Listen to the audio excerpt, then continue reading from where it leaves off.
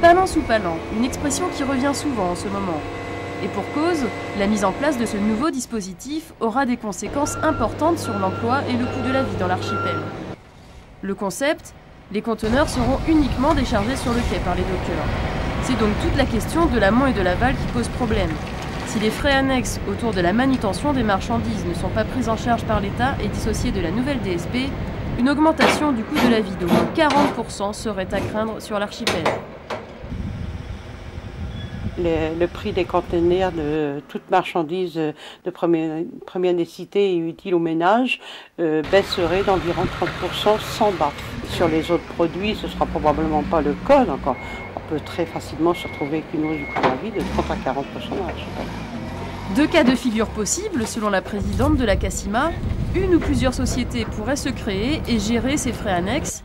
Selon elle, la mise en place d'un seul délégataire serait beaucoup moins coûteuse. Dans ce cas, quid de la desserte sur Miquelon et Terre-Neuve? Il ne faut absolument pas oublier Miquelon dans cette desserte.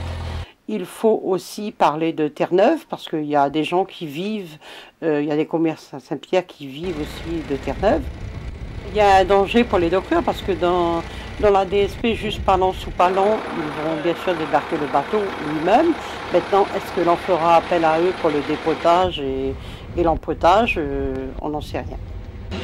La menace plane donc sur les 25 dockers de Saint-Pierre. Ils pourraient perdre près de 210 000 € de chiffre d'affaires en raison du système de Palans sous Palans. Dès demain matin, les élus doivent se réunir à la préfecture pour discuter des questions que pose ce dispositif. Ils devront aussi répondre aux problèmes de coûts élevés de l'amont et aux conséquences sociales qu'il engendre.